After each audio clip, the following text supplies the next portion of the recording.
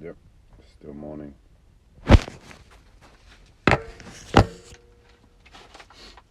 Uh, I'm hopefully going to be like my cigarette. I was just wondering where I put it, and it was in my hand. I hope that's how this live stream is going to go. I'm looking for myself, and it's right in front of me. And it's to acknowledge that and see that.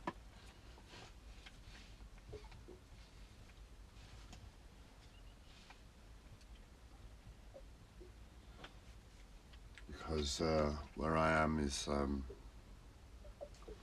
not a pleasant place.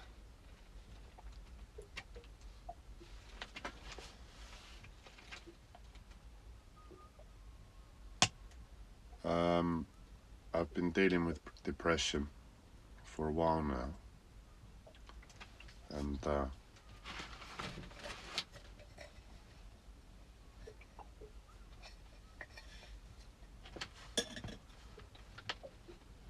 I've been fighting. I've been doing my best to implement the lessons.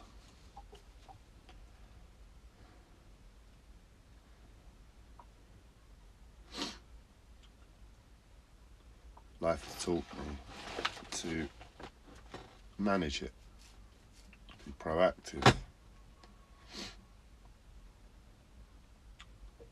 don't rest in it. But it's always made sense to a certain extent, because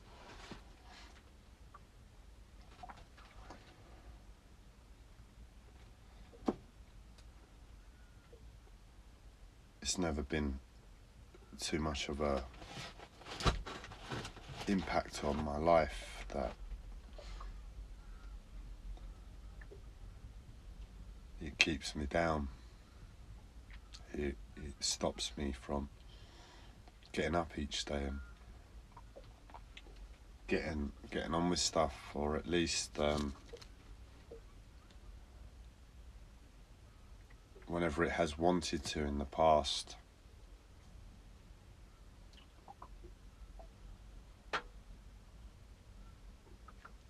It's never been so severe that I'm gonna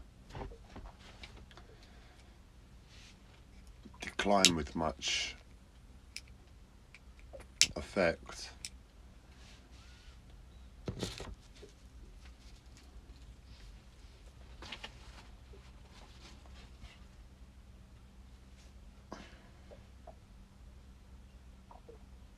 When life puts an opportunity in front of me to get up and get on.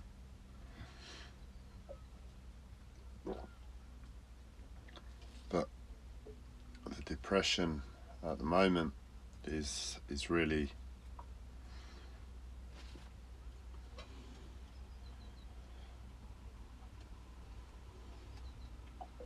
difficult to apply those same tactics to.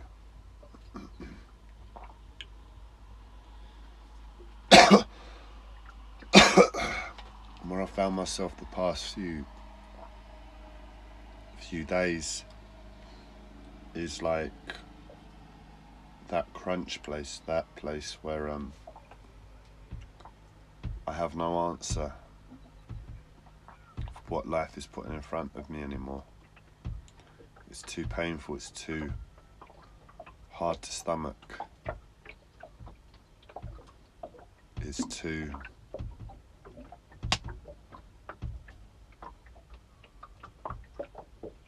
challenging for what I've been taught. And in addition to what I've been taught and how to deal with depression, I've also picked up a few things in how to deal with life. And at the moment, a couple of those aspects conflict with each other. So in other words, the experience of the depression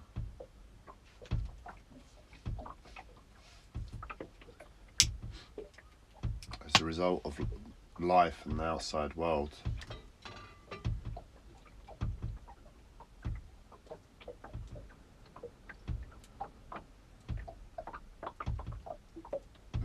My life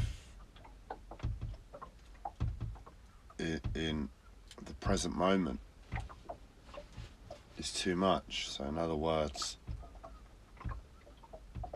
I've always been honest with myself, and that's how I've navigated through depression.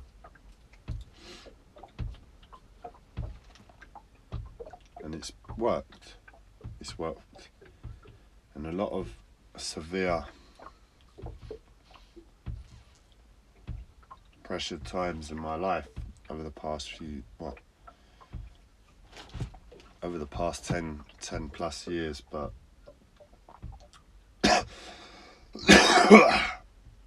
where I've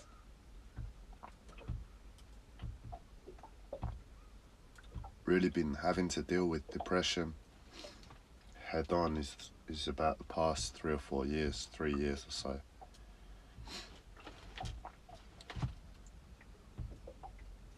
And at the moment, what I'm experiencing in terms of honesty with the outside world to myself is a case of it's just too much, and I have to be honest with myself in that place and say it's too much. And in this place, depression is king. Depression makes sense. Nothing else makes sense until sense is found. I need to find myself.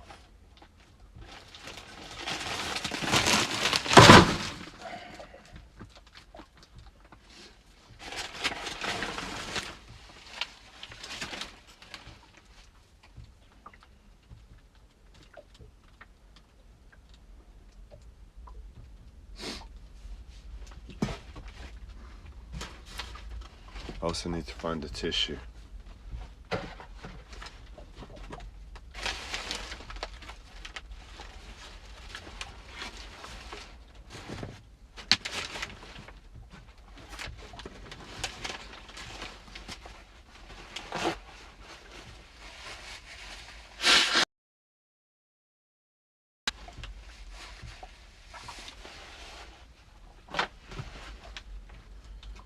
And well,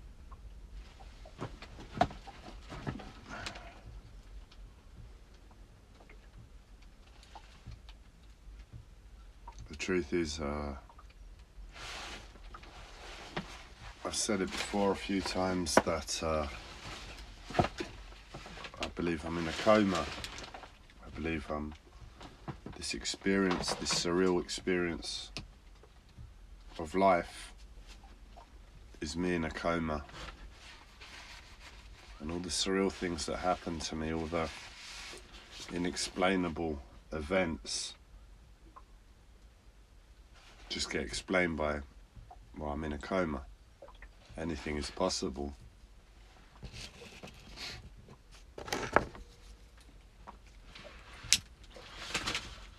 But the question is really, how do I get myself out? I have no idea. How long am I going to be here? I have no idea.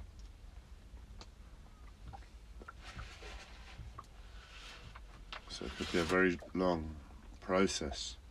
And for that reason, life, the outside world, the present moment are king again.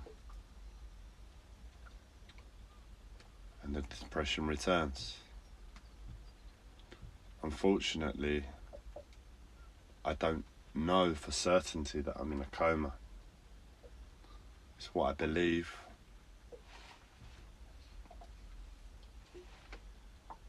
It's the most likely explanation for many things. But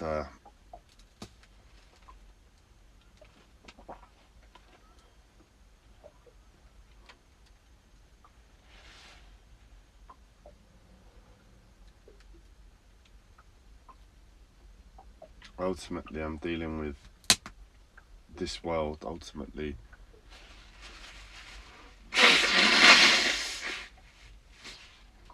I'm dealing with my life here. Sorry for that. I'm dealing with my life here. First and predominantly, I don't know how to deal with that aspect of what I believe.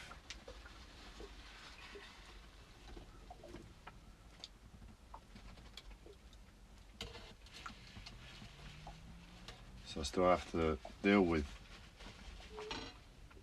the same problems in the same way to a certain extent. It's not like I get a magic pass.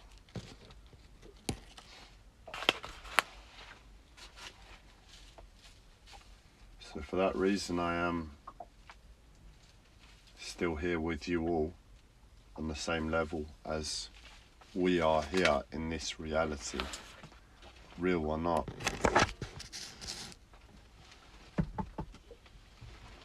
Wood still makes a noise when I tap it, so it's not something I want to push too much to find out answers to. It's just something to respect and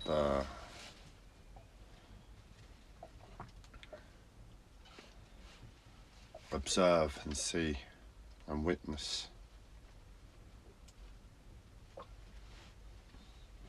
And with regards to the depression in the present moment,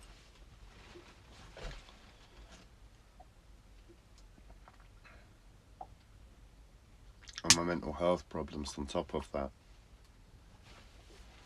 you could argue mental health problems are depression anyway, but that's not my viewpoint, that's not my experience.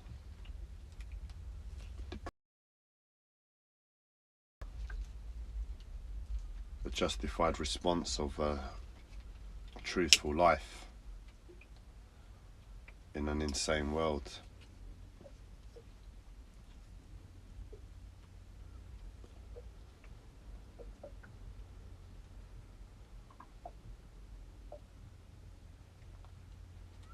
And in that place, like I've drawn the, I don't know what you call it, the sun shield on my Velux on the window, sunroof, to block out the sun. Depression can also be healing to the body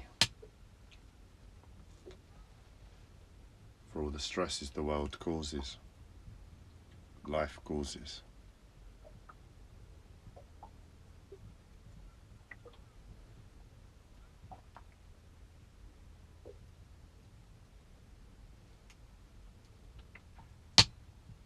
And in this place, I'm unable to get on. You know, my mental health are doing the same. I suppose you can only call it a merry-go-round. I've said it before. Thought another word might be better.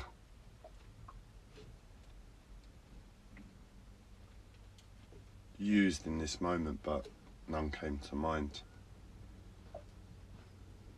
And the merry-go-round is a case of, we'll put you in a place of depression, Andreas, and then show you life, and then show you all the things that we've stopped you from doing for the past.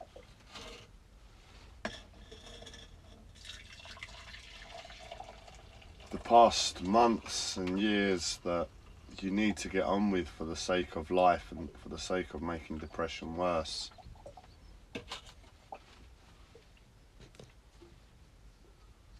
And we'll make this illusion that you can get on and do stuff which you need to do, and has played a part in the depression coming to fruition in the first place.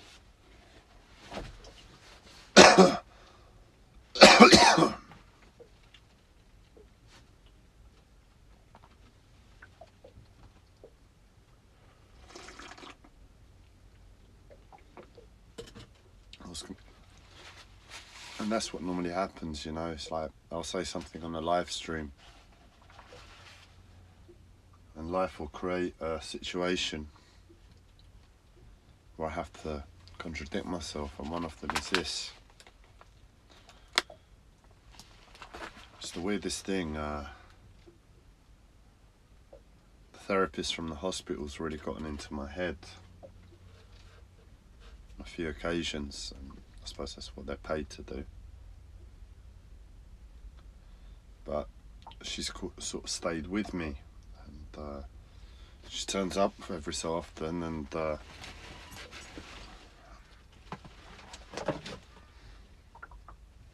in my mental health,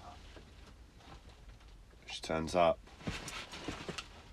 and when she turns up, she wants to challenge my previous bulimic habits from when I was a teenager.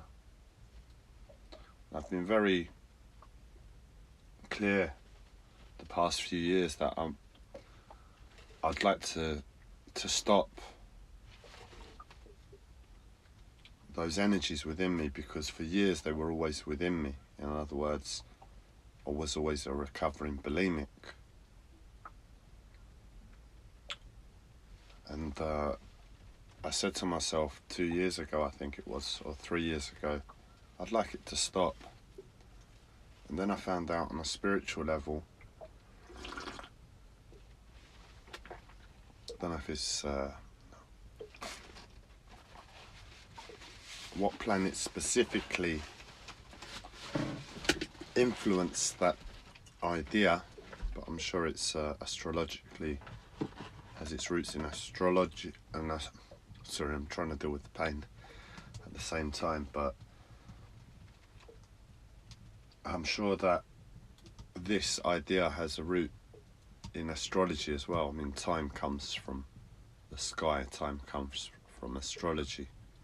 Without the sky, time doesn't exist, or at least without the sky in its current form, astrology, time doesn't exist. Astrology doesn't exist.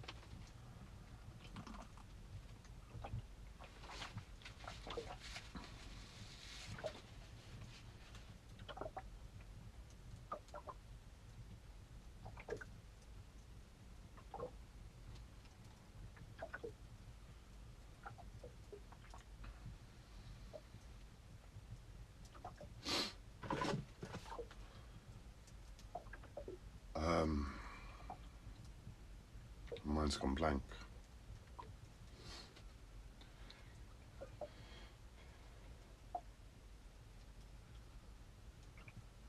That's it. So I became aware that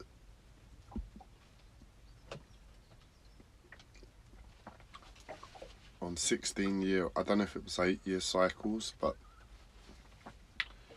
I definitely worked it out from research and other well, I wasn't looking for it, I found it. Basically, that 16-year cycles is an opportunity to get rid of past habitual traits. And it was coming up to the 16-year cycle for the bulimia. I was like, do you know what? I'd really like to get rid of this.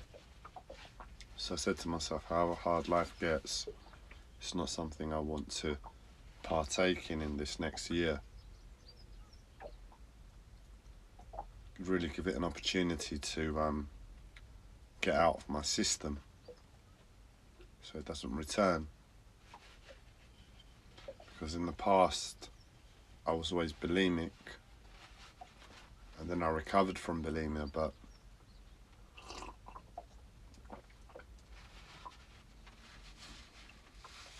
that fear of returning to those habits was...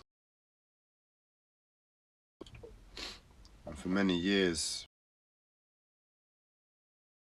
I had a mental health disorder. As part of that journey, it kept me very, very busy, very, very confused, not thinking about bulimia, purging. binge eating and all of that. So I did that work, was it about 2 years ago, and it felt good that I managed to get through a very challenging time without resorting to those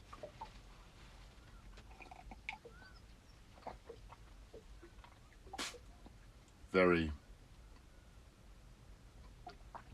ironically hard to swallow experiences of life.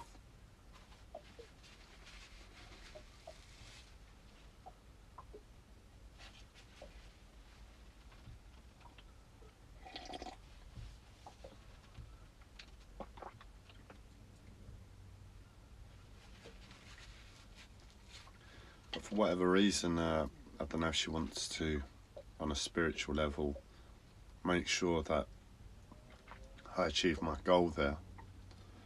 But every so often I get this experience that, in my life, like once a week or something, once a fortnight, a few times a month, where I get someone coming round within my mental health, terrorising my life, and then challenging me with food, challenging me with bulimia. Because that's when you're bulimic, that's when you resort to those sort of patterns. It's when life is just, well, at least this is how I relate to it. When life is really poop, crap, like this, like the outside world.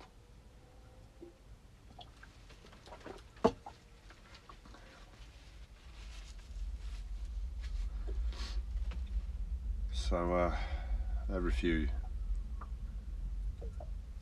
days at the moment, I'll get terrorised and I'll get put in a hard place, and it's like, what are you going to do about it?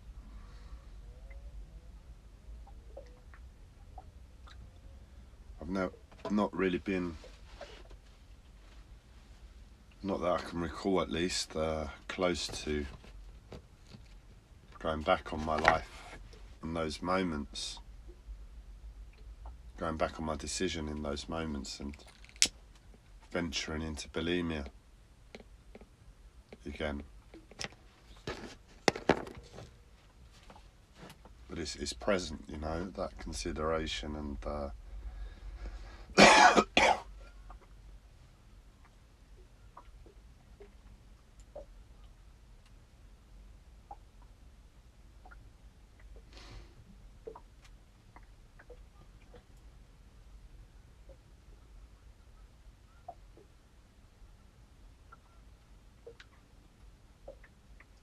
I do find myself eating more.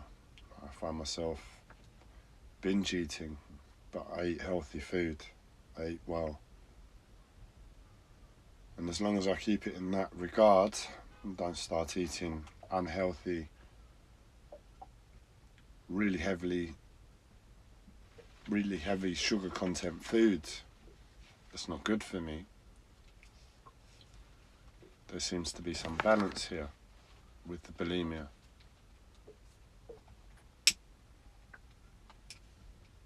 Still, but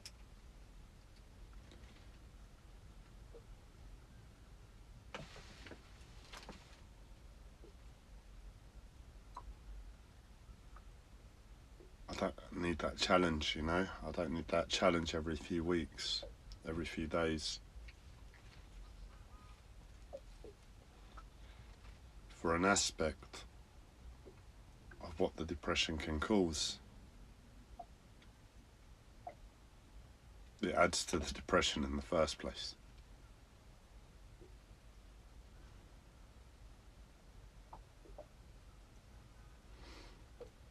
And unfortunately, that sort of energy that comes into my life overlaps onto the rest of my life, and I find myself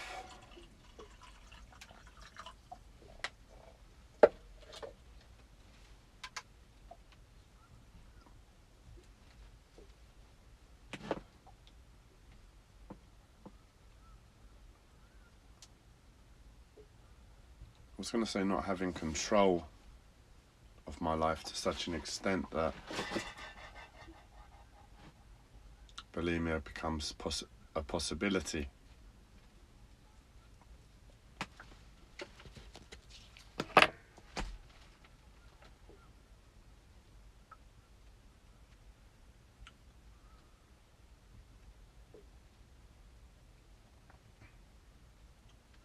But with spirituality and with the mind, you don't want to take that view stance, do you? That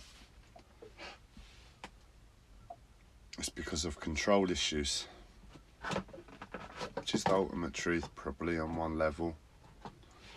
But if we're honest with ourselves,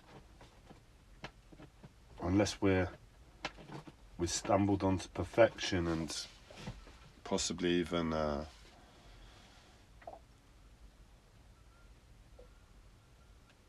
enlightenment as a result, because what are we? If we're striving for perfection and we're human beings and we have the potential for enlightenment, doesn't it make sense that you'd have to sort of stumble on enlightenment to get beyond control issues?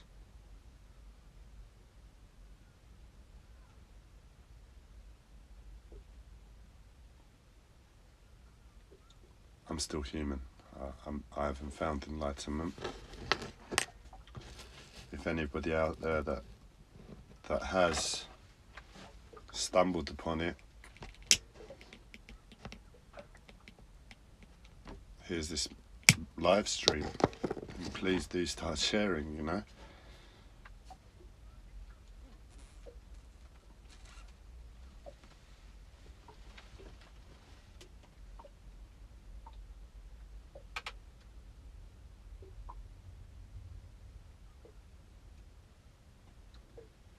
But ultimately, this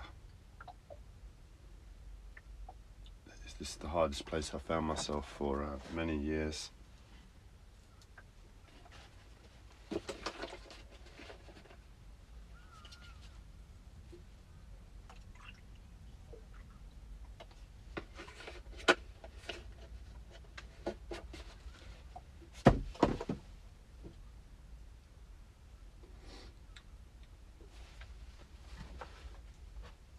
I don't know how I'm going to get myself out on this time, if I can. The previous, I'm going to have to lie down. I'm in a bit of pain, so I'm going to lie down and continue the live stream.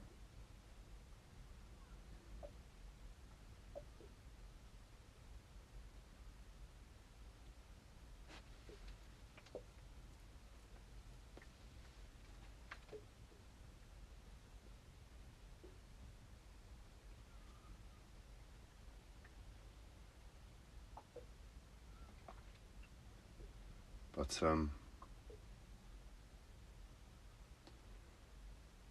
what's kept me going before, as I said on this stream earlier, is a case of the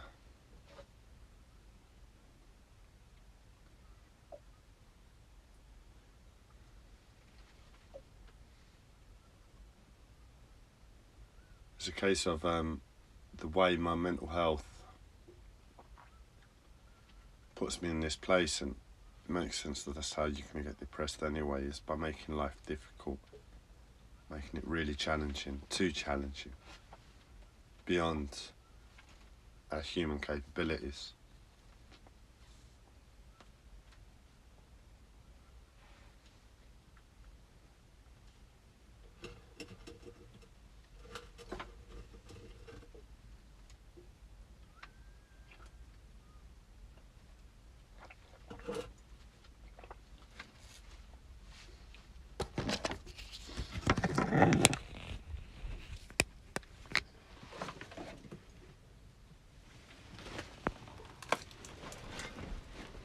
And my mental health will stop me from being alive.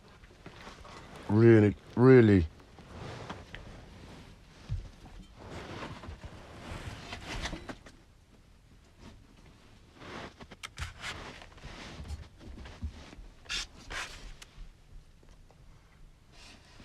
becoming as aware as much as possible on all levels.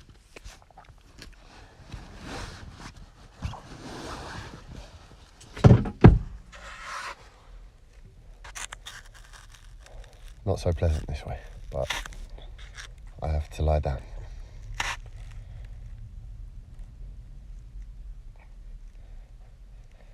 Becoming as aware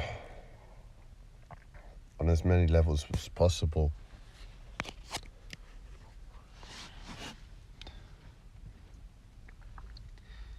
The importance of life, and when I'm lying here in that place, it will flood my mind with all the things I can get on with, all the pressures life has in front of me, and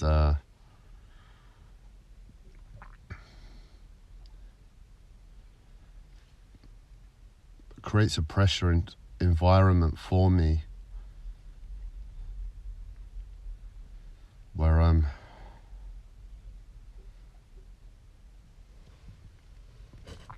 fully aware that if I don't get up and get on, this world will come in around me, and when it comes in around me, the depression only gets worse. Because, well, on the first hand, if you don't get on with the pressures of life, they're pressures because they're possible sources of pain.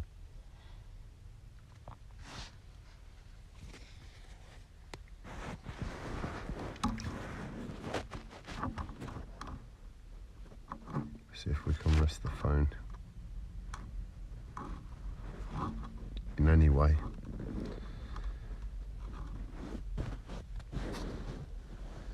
I don't think we're going to, not like that.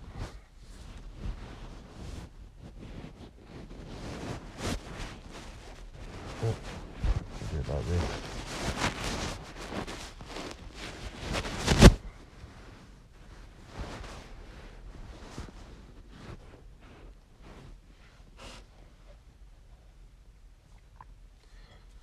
And you become aware that if you don't get on with life, that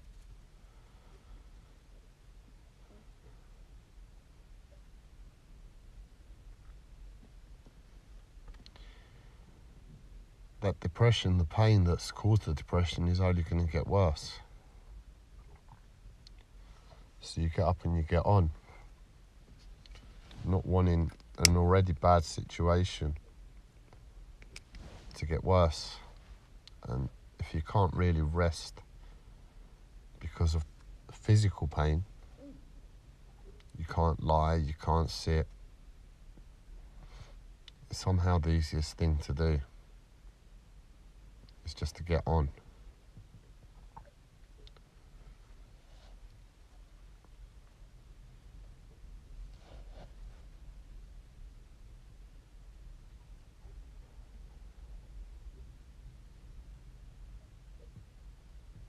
But unfortunately, the way life has come in around me on this occasion, it's a case of I've seen on the outside the reasons that I would have previously gotten up and got on time after time after time, and I have done, are no longer really valid.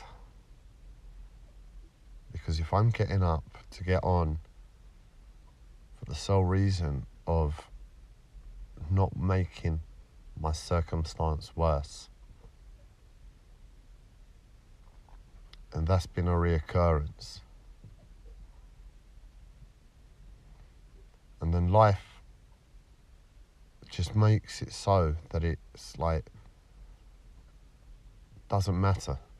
It doesn't matter if you get up and get on anymore. Life is always gonna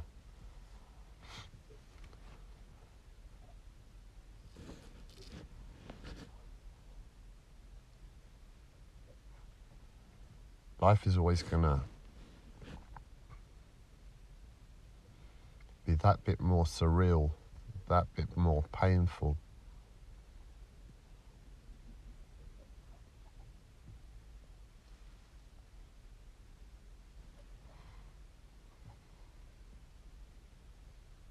Anyway, so in other words, even if I get up and get on now,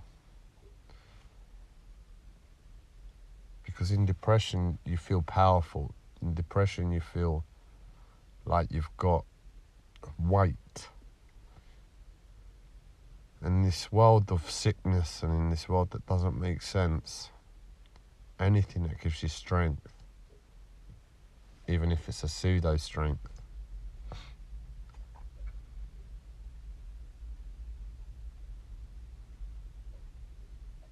is something to hold to.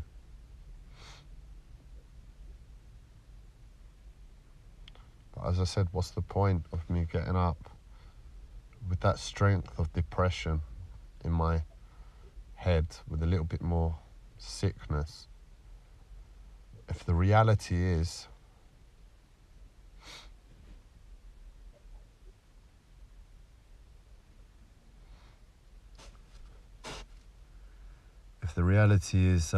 life will always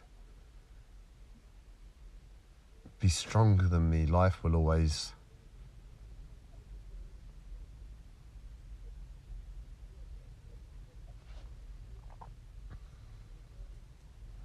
coming around me from a new angle.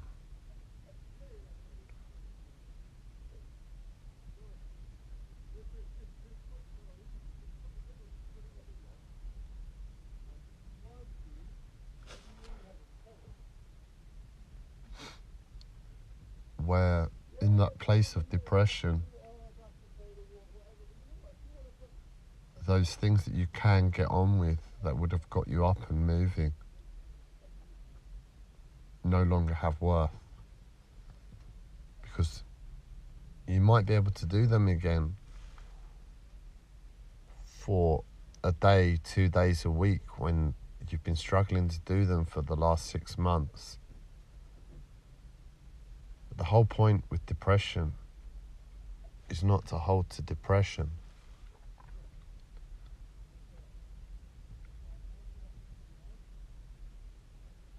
And if I get up with a pseudo strength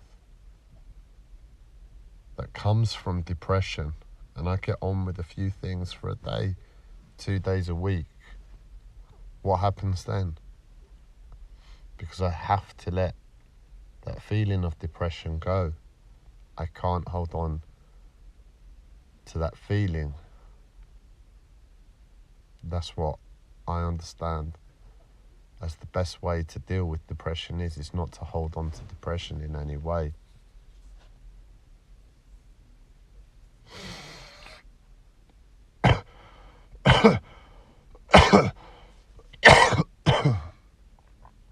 And in that place, after a week, and I get on with life a little bit lighter,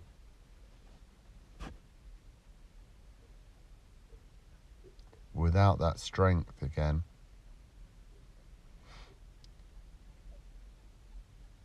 life will come in around me again. And we go round and round and round.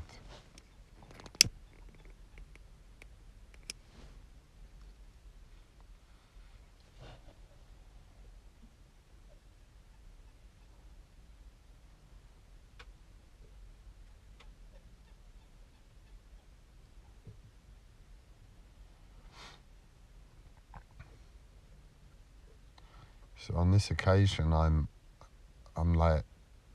seeing that picture now, and I'm hearing the message that, well, not the message, but life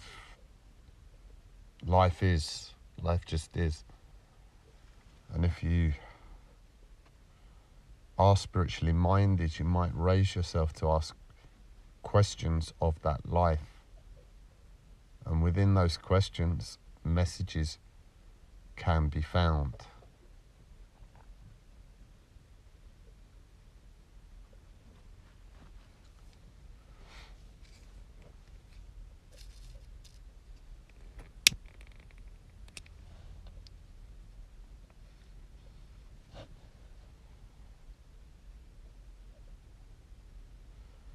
So where I am in terms of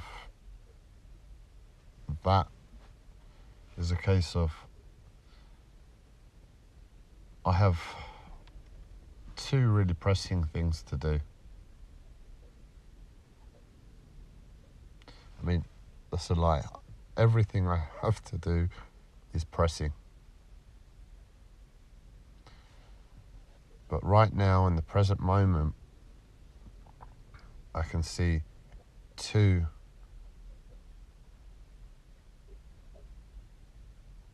activities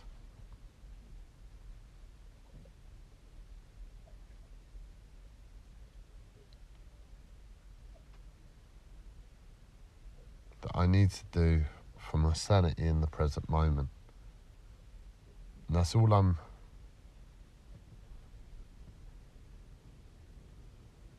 planning for. I don't know if I'm going to be kept down another week, another month, a year, 10 years. I don't know if it's going to stick around forever.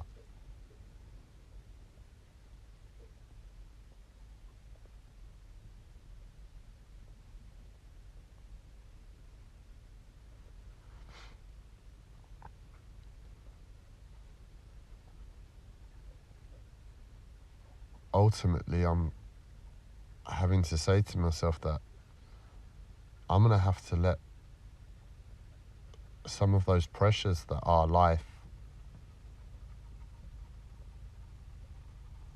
that get me up each day, that get me up when I'm depressed,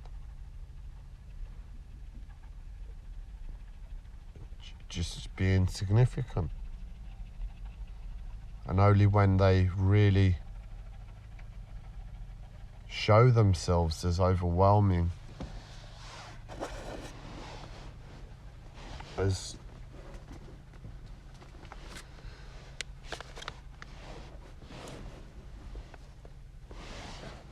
achievable tasks,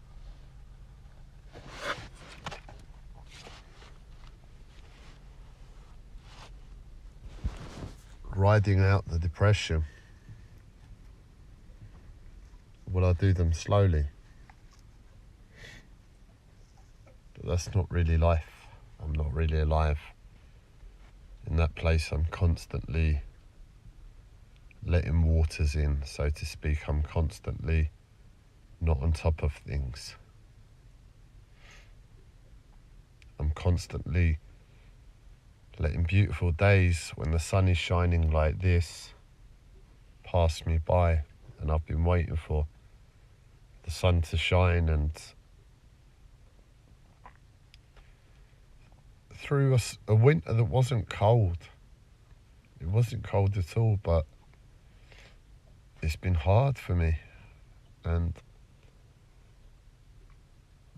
it could have been a lot harder. Now the sun's shining,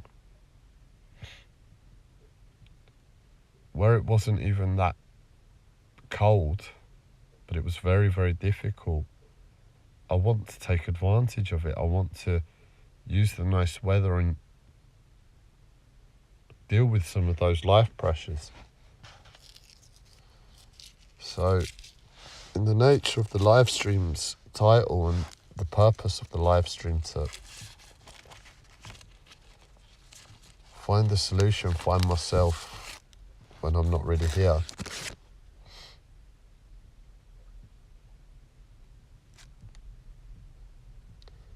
I just stumbled upon a possible option to explore,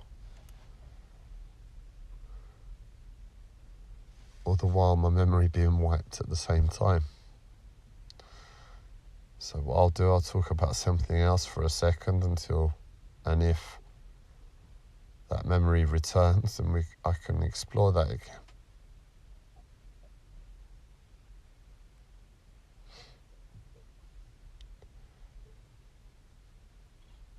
But ultimately, I'm having to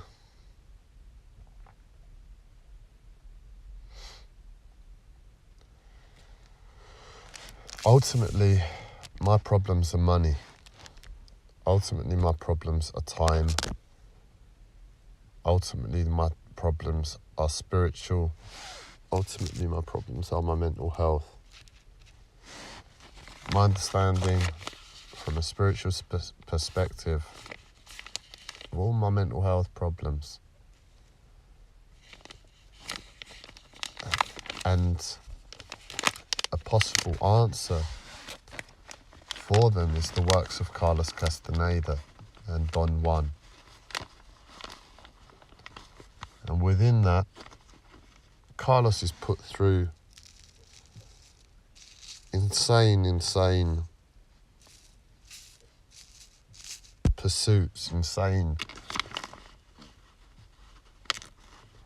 explorations of consciousness. And he references them in certain ways, but those ways are referenced so we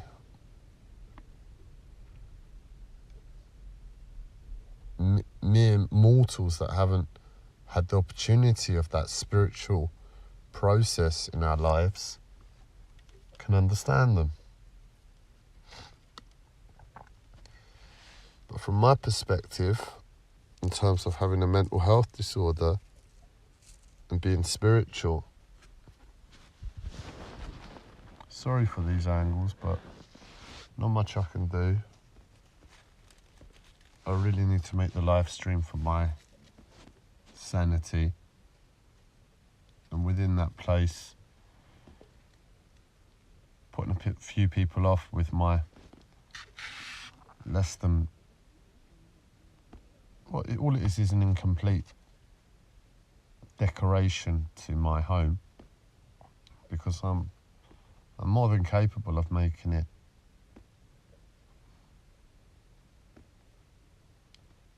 acceptable, more than capable of making it beautiful. So it doesn't bother me on that level, but you don't show people yourself in a horizontal position with a backdrop of insulated foam.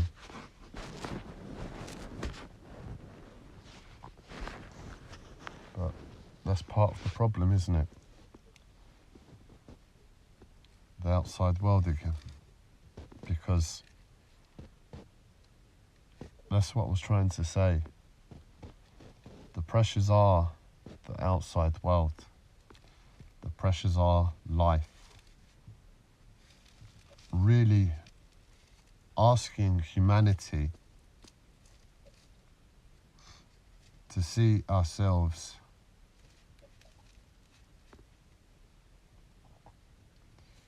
for what we are, spiritual beings, beyond our humanity, our physical bodies, and to be able to function in an insane world when we don't have the capacity to, or understanding to, on any level. So what am I trying to say by that is a case of this world is sick, this world isn't natural. Forget about the sickness, you don't have to view the world as sick, but if you view the world as unnatural to living life as human, which it is, can you ever imagine popping to your local 24-hour shop 2,000-3,000 years ago to get a pint of milk that you've just run out of,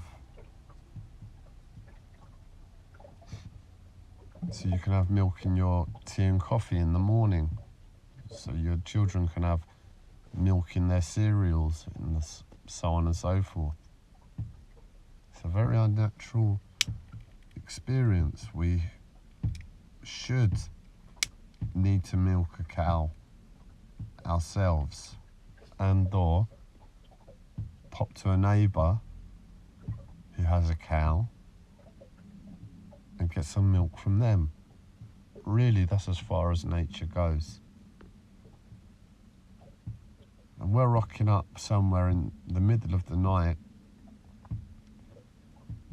powered by electricity, lit by light in night time, that's not coming from fire, but from electricity, that's coming from a power station that's fired by coal, by wind, by solar even, by sun in the middle of the night, and it's been stored in batteries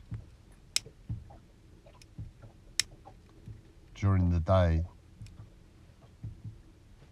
If not nuclear, to give this shop light. And it's warm, it's got central heating, it's all of these things. And to get that pint of milk and leave, there's no security guard at the door, it's only a convenience store.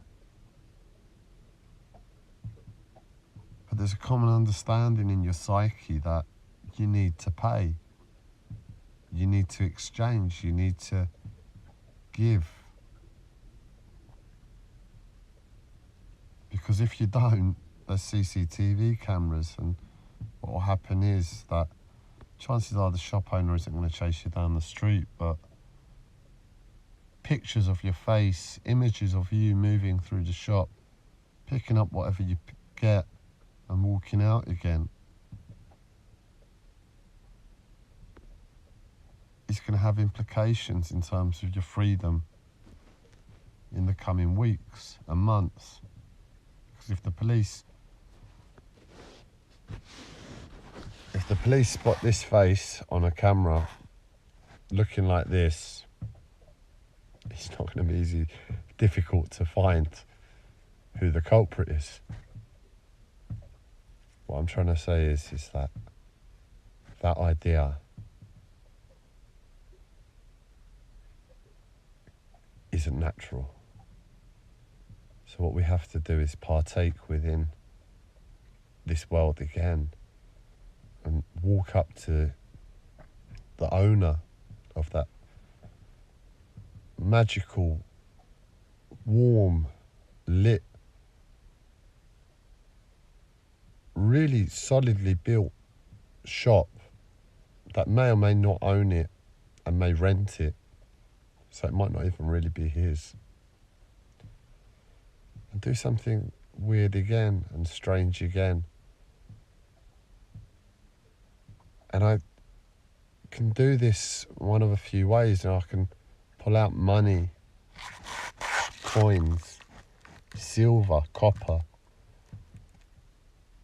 I don't know what other alloys they put in money these days, and give the shopkeeper some money.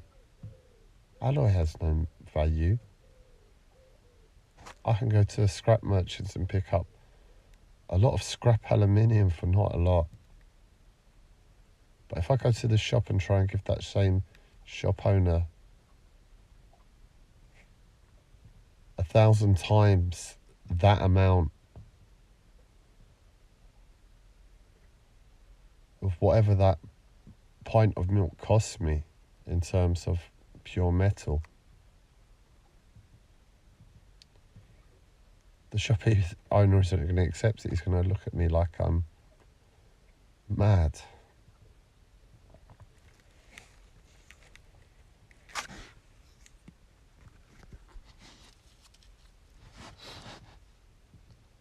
It has to be a certain type of milk. It has to look like it has to look like this thing called money. And then you say, well, that's all right then. So in this world, stuff that looks like stuff has value. And then you're like, it can't be forged. And it just gets a bit much. It's a real head fuck for a human mind to really contemplate that. And then you realise, well, I can pull out a bit of plastic and tap this plastic on another bit of plastic with components and nuclear-fired electrical signals that have ones and zeros embedded within them. And it all works on an exchange somewhere in the, well, we're all saying the cloud nowadays, but somewhere else.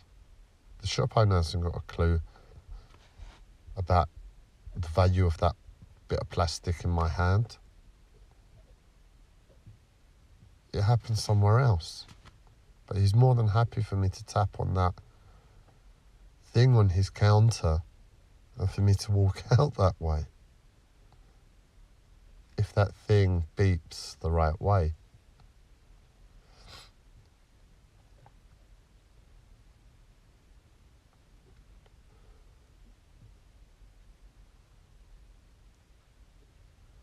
And you realise that that's just not a normal process for a human being.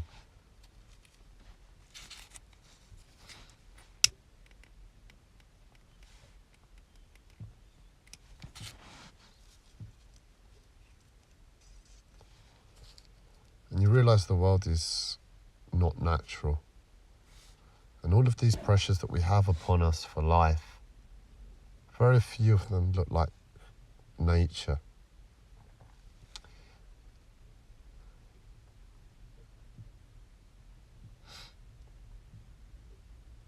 And that's the world. It can't be denied. And really what I find myself having to do in this moment of depression is say, I can't take it anymore. That's my physical humanness. It can't take it anymore. The mind takes energy that comes from the resources in the body to function and survive.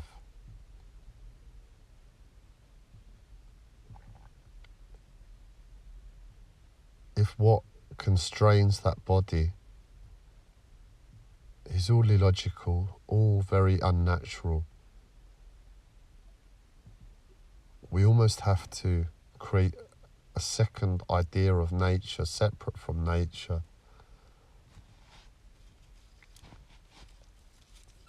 of the world,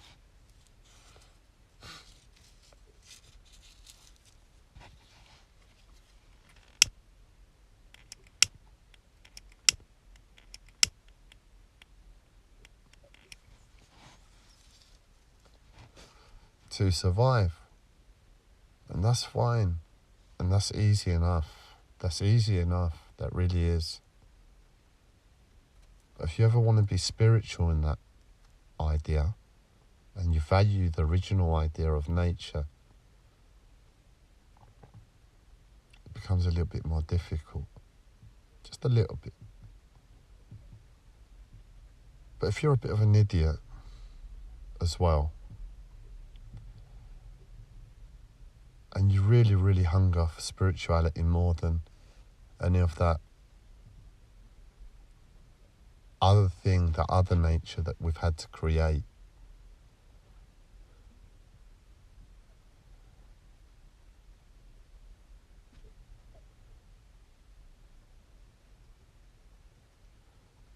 and as I said, you're a bit of an idiot, so you have a big mouth and you just point out things that don't make sense in this world, in this second nature, because spirituality really has its roots in nature. So you're always comparing the two realities, and you're always saying, well, that's fine, I have to go and spend, what did they used to say, 3 shillings and a tuppence or something.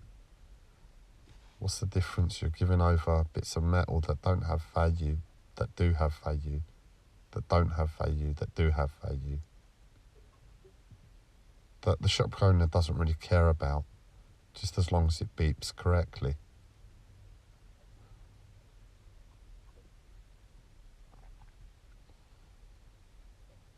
But if you're a bit of an idiot and you don't get sucked into that second nature, because you've got a mental health disorder that keeps you busy for years and years, and you find yourself an adult and you haven't got a real footing in this world, and all you want is spirituality, all you want is nature,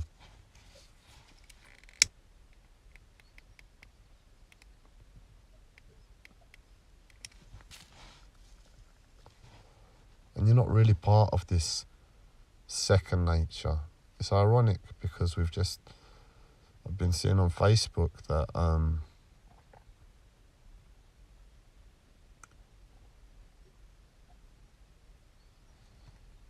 in this new VR world, virtual reality world that we're creating, and Facebook, Meta,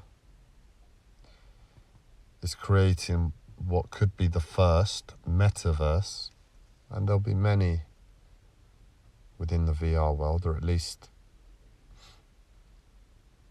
there'll be an attempt for many, and a few will remain. But a metaverse is basically the same thing within some nuclear-fired bits of plastic and silicon and electronic or equipment that create another reality, another nature. And I've been seeing that one's called Earth 2, and it's meant to duplicate this world in its entirety, and you can buy bits of land in it for like 10p at the moment.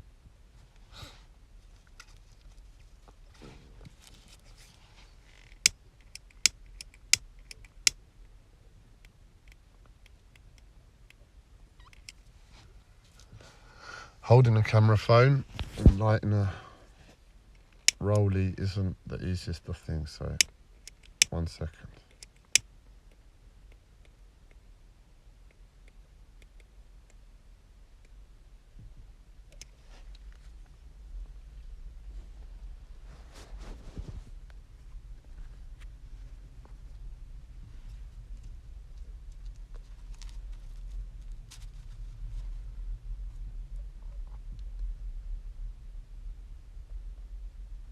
But that idea of the metaverse is just us seeing where we are at, and all those feelings that we have about the metaverse should be an idea of where our minds are at in terms of this reality that we've created here.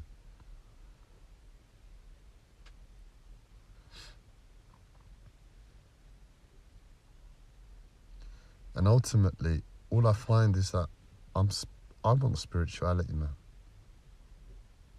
I want to be spiritual. I don't want this world to be boring and robotic. You need spirituality for that not to be the case. So I'm constantly comparing this second reality to the original reality that I desire of nature. And I'm like, yeah, I can go into a shop and make that thing on the register beep correctly. I know how to do that, and I can do that. But if you're a bit of an idiot and you stand back and you just like observe all of those individual observations of nature and spirituality against what we're doing every day, what we're doing every day just makes less and less sense. And the killer is, this is the killer, when you're a bit of an idiot and you step back and you can see that second nature. And we have to respect nature is brutal in this first instance. Earthquakes, volcanic eruptions, Famine is caused by nature.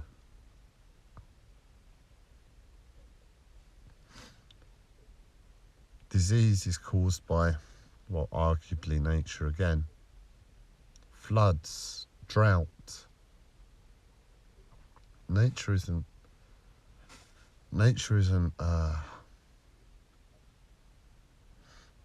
so cut and shut and all happy. You know, some people in this world need to kill to sustain themselves. You go to Siberia, you speak to the shamans there. Where are they going to go and get some lettuce and some salad from in the middle of a snow desert? They can't. They sustain their bodies. They sustain themselves, their community, on high-fat meat. The seals, the big whales that they have to hunt that get washed up on the shores.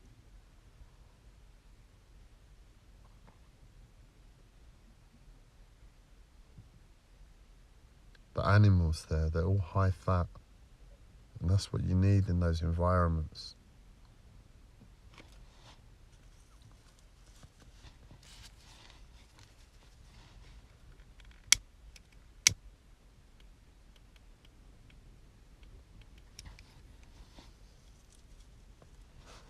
And there is our first real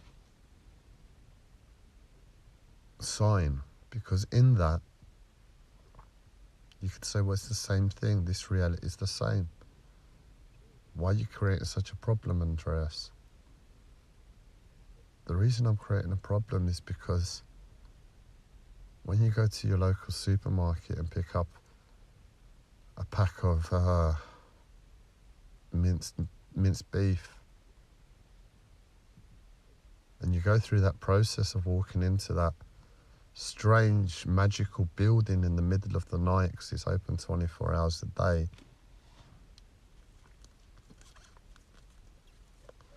work your mind past that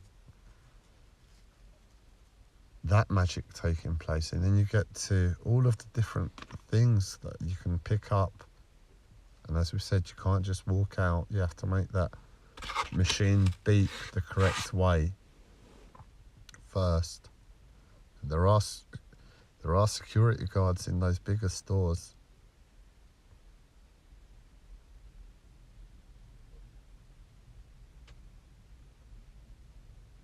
You pick up that minced beef and it's wrapped in plastic, and you might give a thought for the animal that spared its life before you do some other magic and make that machine beep and walk out with that security guard following you when nobody really knows the value of money in the first place.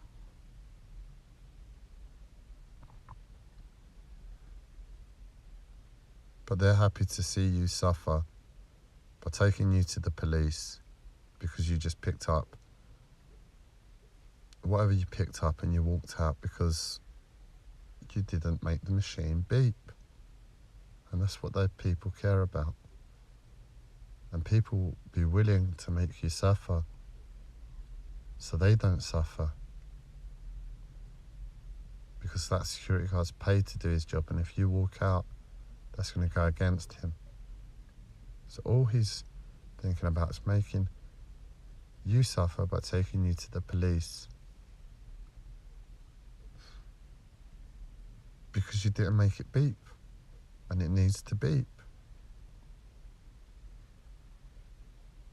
You know, you could ask him questions about the monetary system and how much of a joke it is, how incomprehensible it is, how much it doesn't make sense, how much money is just created by nations time and time again.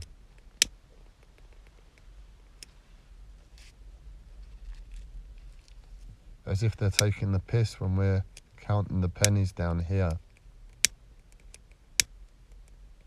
And he says to you, it's just my job. You didn't make it beep.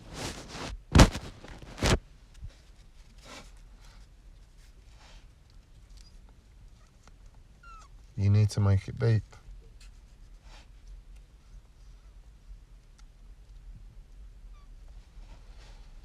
But the difference is, and the main difference, is that shaman in Siberia has just killed a huge king seal, if there were king seals, or a massive seal. The almost certain act is that shaman, that man, will probably say a little blessing for the life that was spared, that will feed him and his family and his community for weeks with the loss of one life. How are we going to do that in that magical store in the middle of the night? When we're in pain and we're thinking about the pressures of life, and this pack is a little bit, this has less numbers than this pack, and those numbers mean I can manage my money that doesn't really exist but exists, that I have to become a slave to, a lot better. And if I pay a little bit more, this one's organic. Organic? What do you mean organic? You mean stuff isn't natural? Anyway, so it's the real consideration of the value of life. It gets lost. So I'm here and I'm lying here, and I can see those pressing things that are on my plate that I need to do right this second.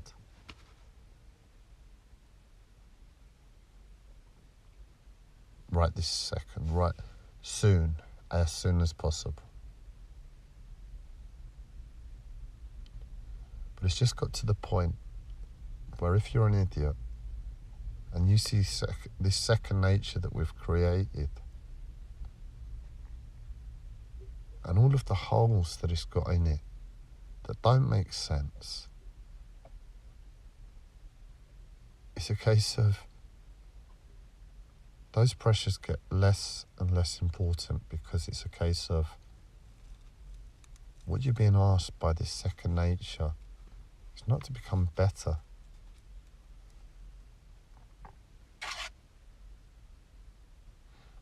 But it's to lose ourselves. It's to lose our humanity, lose our minds.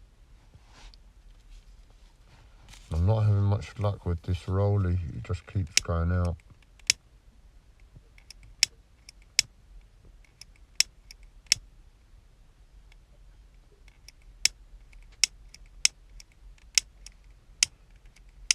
Not have much luck with the lighter.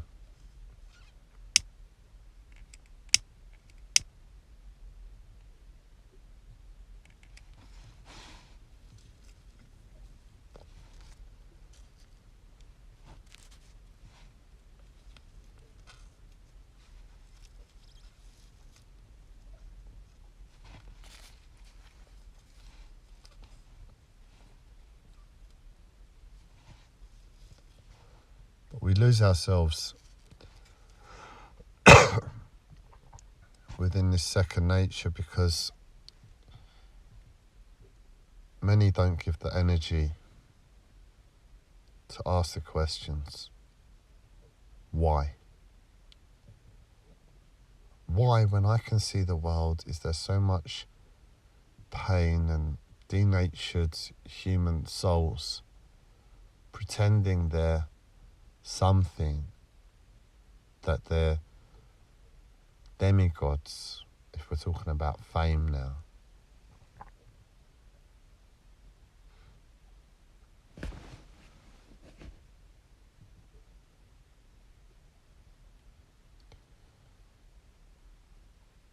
Why is there so much injustice?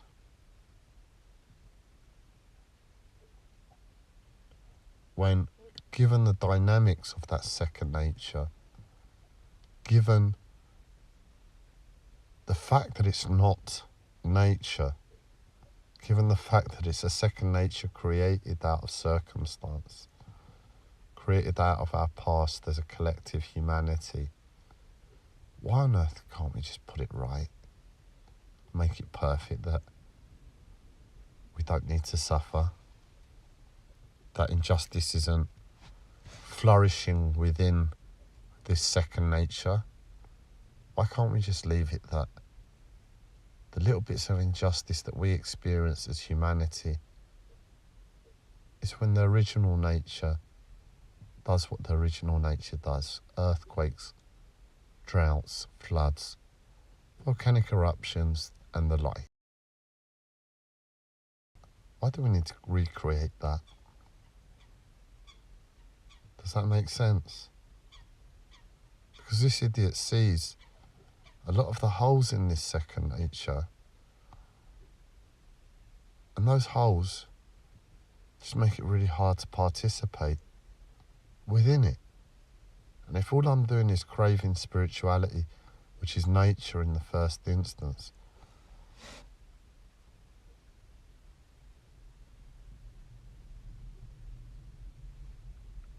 and I'm in pain, I'm depressed as a result of this second nature,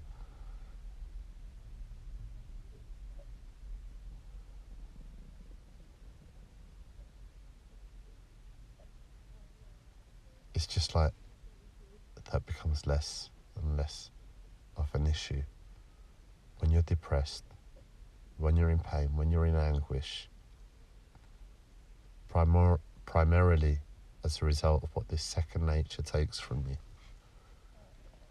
So I'm having to say I'm able to do the most pressing things in the media, but I'm having to let a lot of the rest of those pressures of this second nature, well, rip me to bits if they need to. I can't do it anymore, can I? My home, I need to do certain things to keep my home in check. We all do. Pay bills, council tax, etc. If you don't, do you reckon you're going to be living there for much longer? But what happens if that second nature, you see all of those loopholes and those questions, and that is the pain?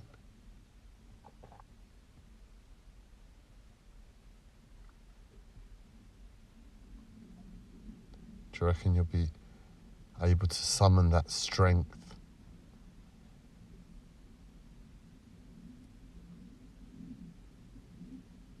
Ultimately, I think my life is saying to me, I'm done living in this world. I don't want to live in this world anymore. This world either changes or this world eats me. Because every day I put in the energy, and this smoke is really giving me a headache.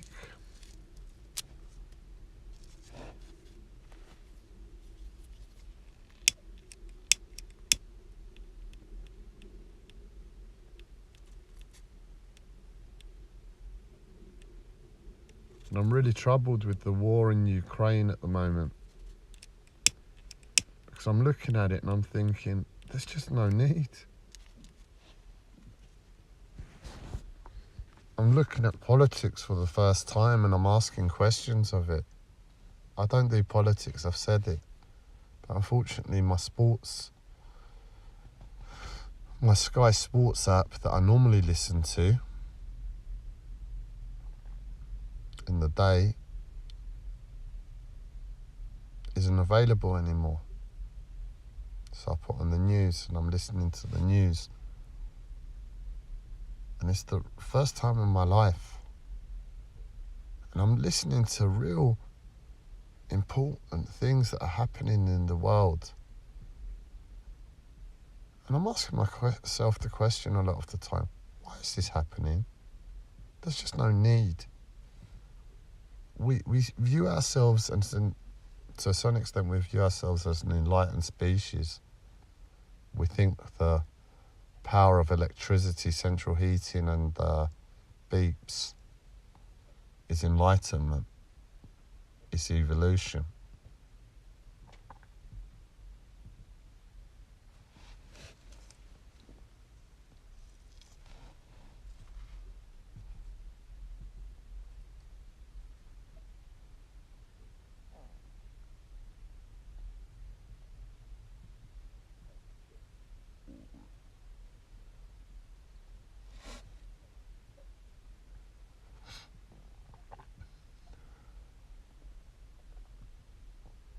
And again, my brain has just stopped working as the sun comes out. But I'm looking at these real difficult problems in the world from an idiot's perspective, someone that doesn't do politics, that hasn't really been a part of the world for the past 13 years due to my mental health. I've been on my own trajectory.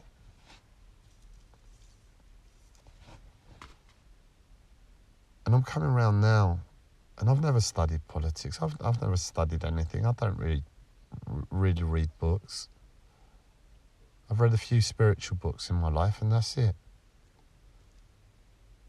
And I love technology. I like all the technology, so I'm clued up on technology.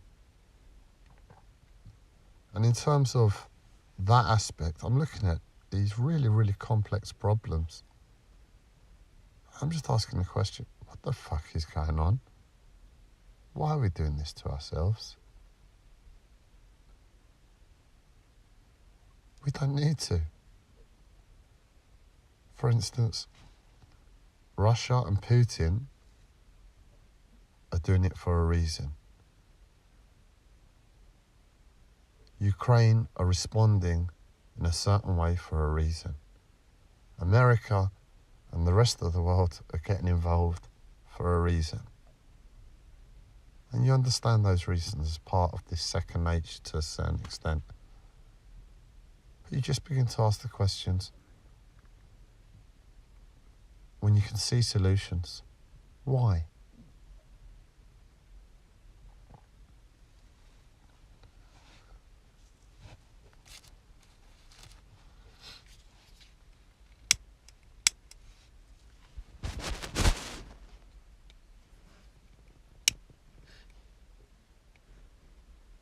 There's no need for a single person to die in Ukraine.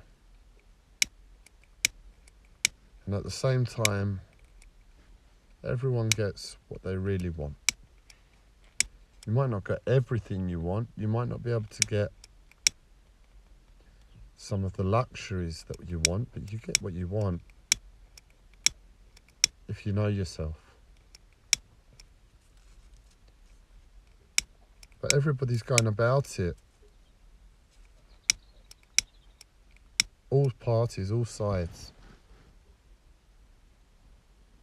As if they want something more, as if they want something different. As if they wanted what they really wanted, there shouldn't be a need for anybody to act the way any party is currently acting and behaving.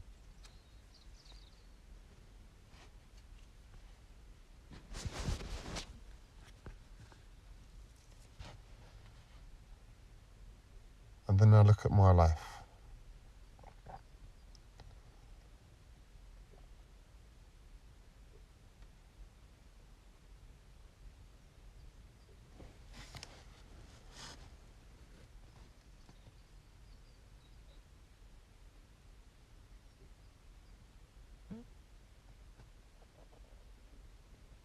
I look at the pain in my life. I look at what I try and do every day. I look at the good intent I've given through my life.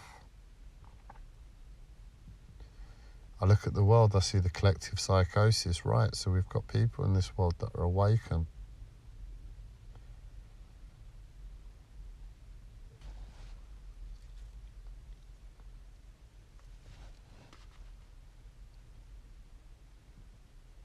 Why are we still doing this?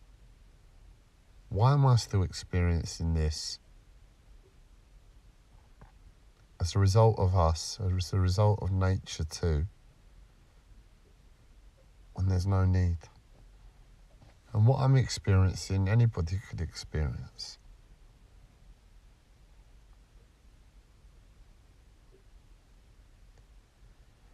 So what I've done that's taken an hour and 25 minutes, 26 minutes, is put myself in the present moment.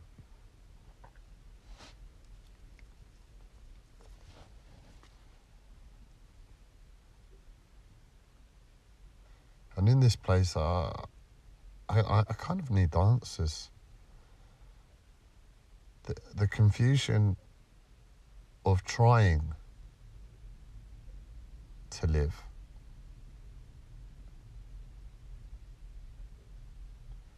has just ripped those two natures apart. And they're so separated.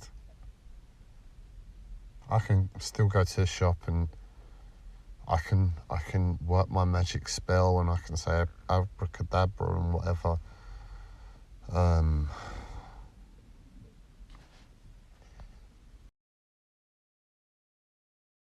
Sayings Harry Potter might say to make that machine beep just the right way without a problem.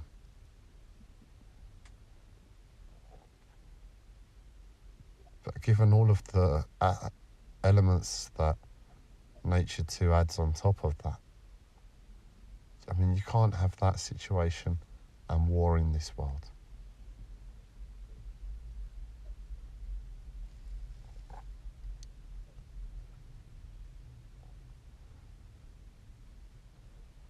We've just had a pandemic. Debt has been piled on top of countries that is unimaginable. The whole world was shut down for about 2 years.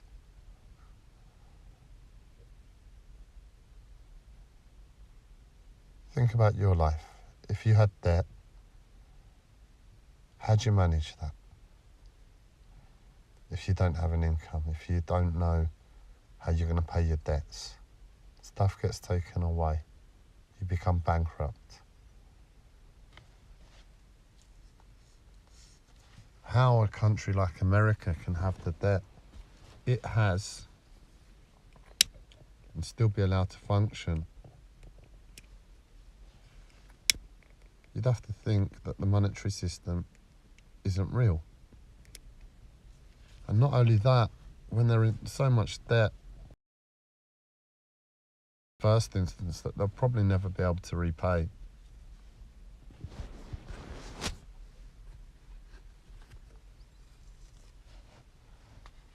And they're creating aid bills to give to the Ukraine that's the sum total of over 12 billion, 11 billion.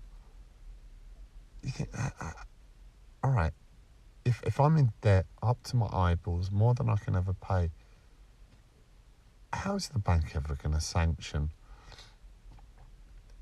me taking out another loan, which America will inevitably do? That debt will inevitably increase, to give money to somebody else. Money doesn't exist. Money's created on computers. Money is economics.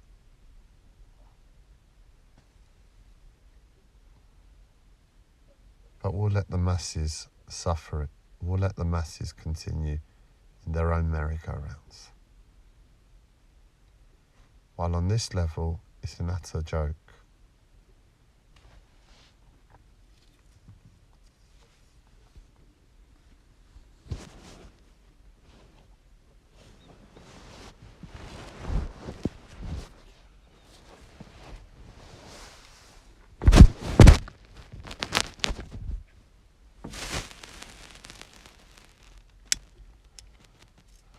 So that's the world we live in.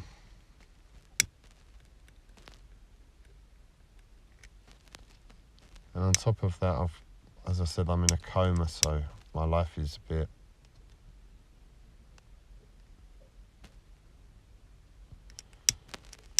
bit more surreal than the picture I've already just painted.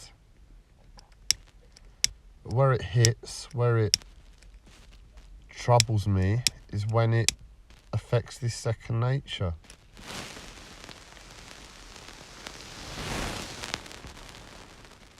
You know,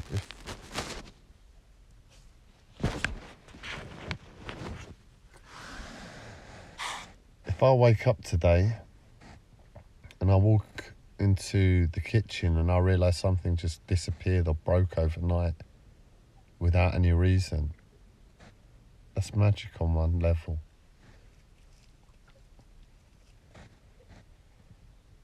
But that magic creates a problem for me within nature too. And unfortunately, if I'm not in a coma, what's taking place is that spirituality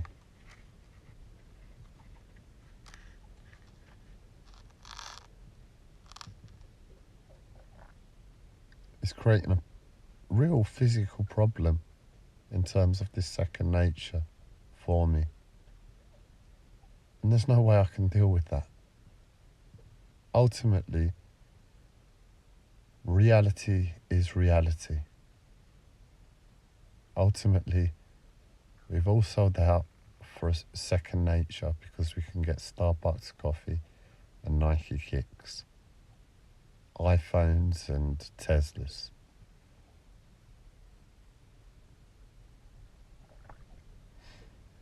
We can all make our own little magical caves.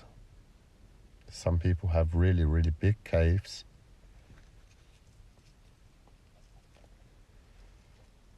That are warm, that are lit all hours of the day. Most people don't really own them. But we can make it, and to a certain level we can say to people, yeah, my home. Even though it's owned by the bank or somebody else. And if you're lucky, you'll pay it off one day. And at that point, it's my home. Before then, it's maybe my home. I don't know how long's the mortgage nowadays? 25, 30 years, 50 years? It might be my home in 50 years. If I'm really careful and I tiptoe and I don't have spirituality breaking stuff and stealing stuff from me overnight,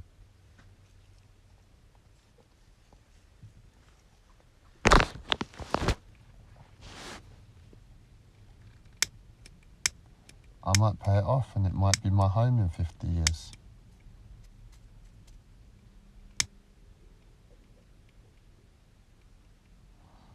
And I might be able to lay claim to owning a little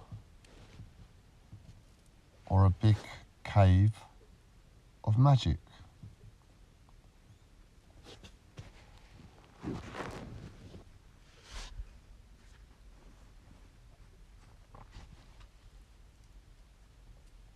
I'm done. My life's done.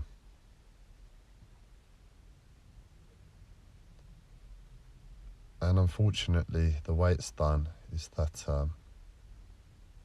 it's not done. I'm done. What I represent as a human being is done.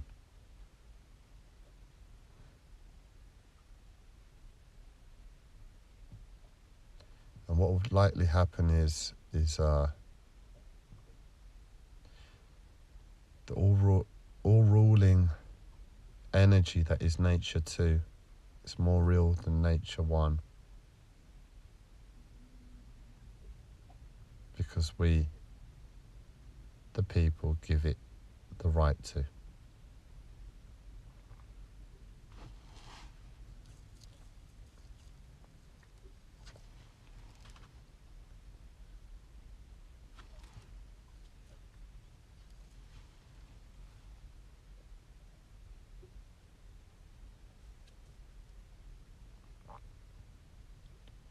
And in this place,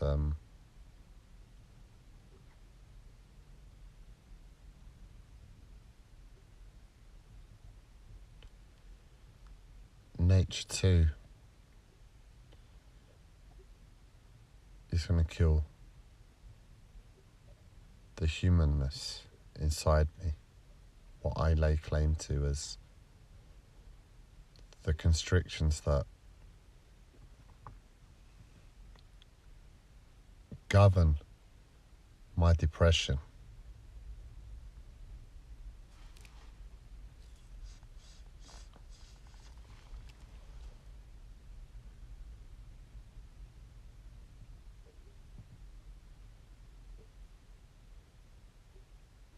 And it will fool me again. It will fool me again by beating me. And when I come round again, whenever it lets me wake up and stop experiencing its beating,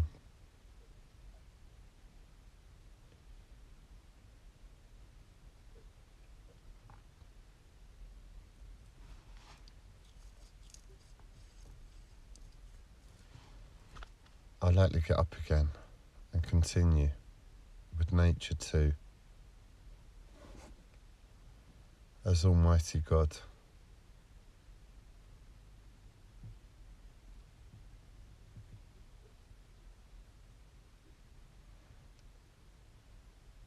With me not there, with spirituality not there, with nature not there, with sickness everywhere. And when I'm in that place, my ability as a human being, as a spirit, as a soul, won't have the power to make any substantial change, not without dealing with these problems in the first place.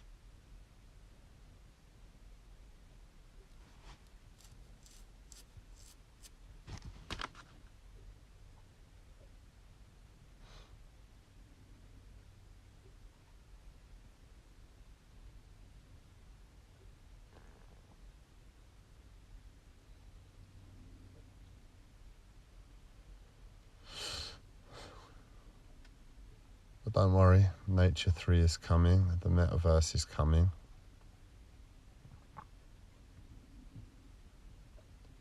And at least in that place, it doesn't really hurt on a physical level as much.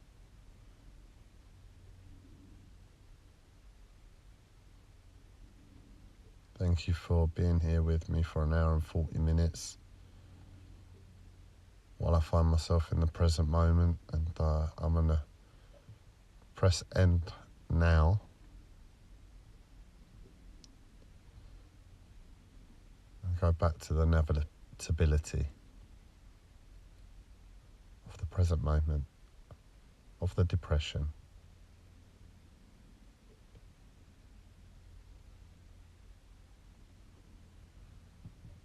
of the pain. That what I was trying to say earlier is that through Carlos Castaneda's works, personal freedom